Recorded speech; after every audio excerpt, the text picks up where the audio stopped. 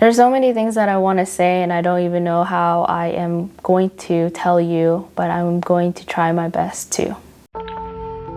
You told me once to forget the past, because it doesn't matter.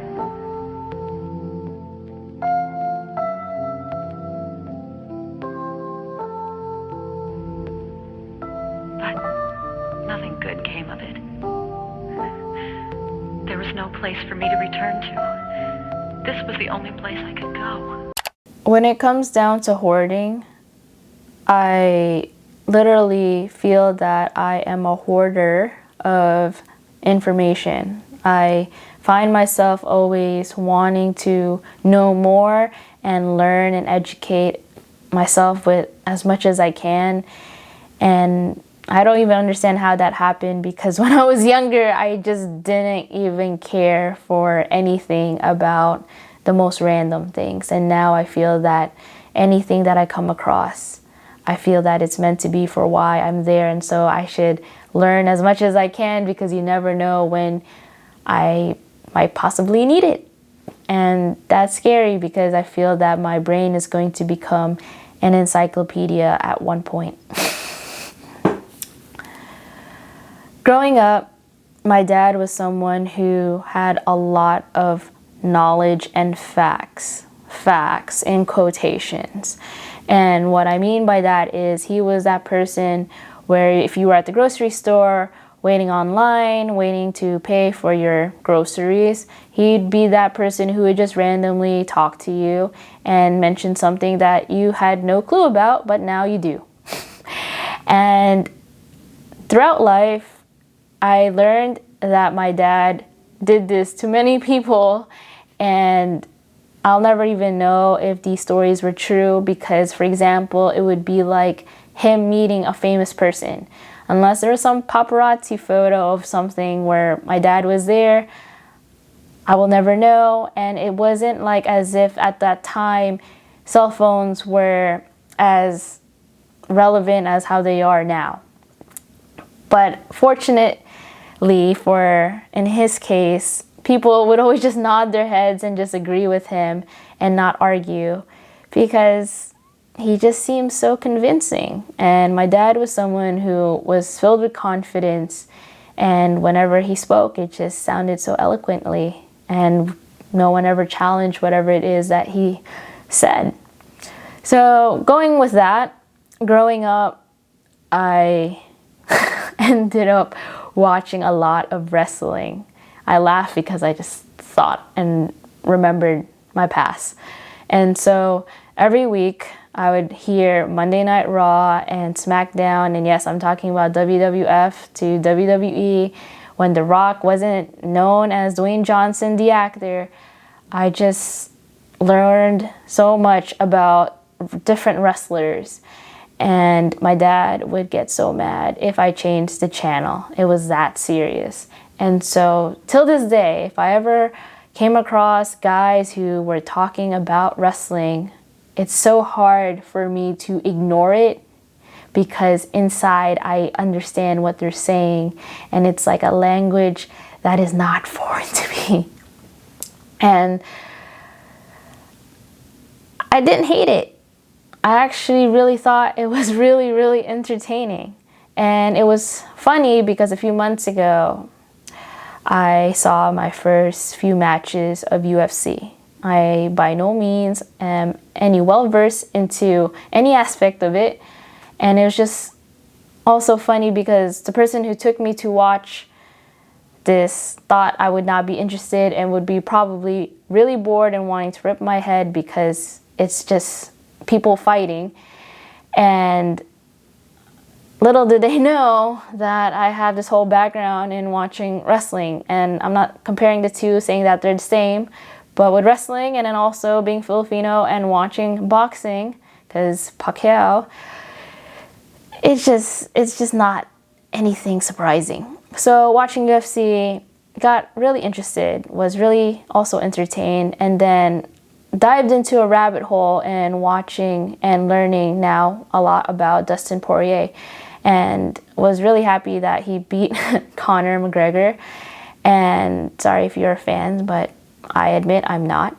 And tonight, or actually last night now, found out there was a match for the championship, and I didn't even know about it, and just came across an advertisement, and Dustin Poirier didn't win, unfortunately. However, the thing about him is that hearing and listening to interviews of different people such as him, I learned a lot besides him being a fighter, about him being a philanthropist, being someone that, even listening to interviews that he's done, that he wears his heart on his sleeve. And that's something that I really empathize with and relate with. And even when he lost the match last night, the first thing that he did was reach out to the opponent and say that he was going to donate money to any charity of his choosing. And I just was like, that just really shows good sportsmanship. Because, you know, instead of two people just having this mentality of like, dang, I like lost, and obviously it was a huge deal, it was a championship. Instead, he offered to donate money to a charity. And I just, man, it was just really sad. And then today, another competition, but different spectrum, was Miss Universe. And instead of my dad, I relate now with my mom. She really got me into pageantry. I actually was in a pageant at one time in my life, and that is not going to be the story today. But anyways, watching Miss Universe and also being Filipino. I don't know, I never say I'm Filipina. Don't ask, just never did. And so if you are from the Philippines, it is a huge, big deal, just as boxing, to, you know, have pride in whoever is competing for Miss Universe. And tonight again, I didn't even know the competition was on television, and just came across it while I was at a restaurant. And just naturally, you just want to root for your country, and she did not win as well. And usually, as a pattern, I don't know if anyone else noticed this, but whoever is representing Philippines usually does not win because of the Q&A portion. And someone in their campaign needs to really focus on that aspect in the whole pageant. But that's just my 2 cents. You can go against me on that. And so she reached to top 5, and then, yeah, didn't continue on. But it's just interesting that both my parents, in individual aspects, have brought me to different topics and subjects, but I still learn from them and gain experience from them, and it helps me be more relatable to people who have interest in them.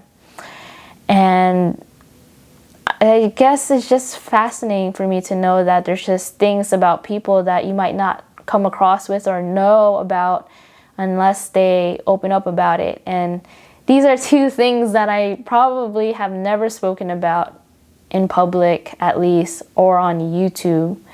And so I always wanted to share that. I always wanted to share my love for wrestling, and I don't have a love for being in a pageant. I actually dreaded that when I was in one, because there's just a lot of things that goes into it.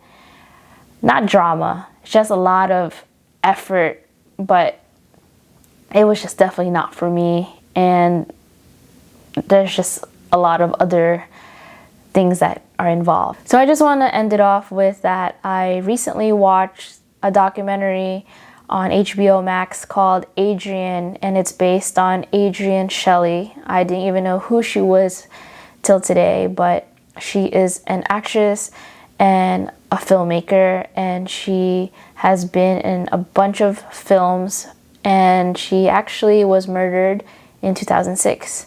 And at the time of death, they thought that it was a suicide, and then later down the line, as they did a further investigation, they find out it's a murder, and they find the murderer.